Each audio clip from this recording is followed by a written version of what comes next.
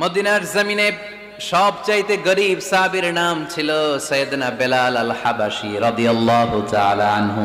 বিশ্বনবীর খাস মুয়াজ্জিন, ইথিওপিয়া থেকে ইসলামের সুশীতল ছোঁয়ায় এসে মদিনায় বিশ্বনবীর হাতে হাত রেখে কালিমা পড়ে মুসলমান হয়েছে। দেখতে ছিল কুচকুচে কালো, কিন্তু হৃদয়টা ছিল সাদা।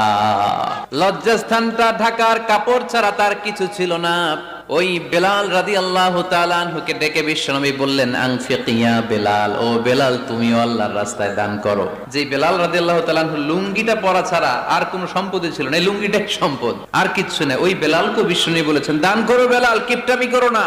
কিয়ামতের দিন আমল নামা দেখে তারা অবাক হয়ে যাবে, বলবে আল্লাহ এত ভালো কাজ আমি দুনিয়ায় করি নাই, হয়তো এটা আমার আমল নামা নয়, ফেরেশতারা ভুল করে অন্যের আমল নামা আমাকে দিয়ে দিয়েছে।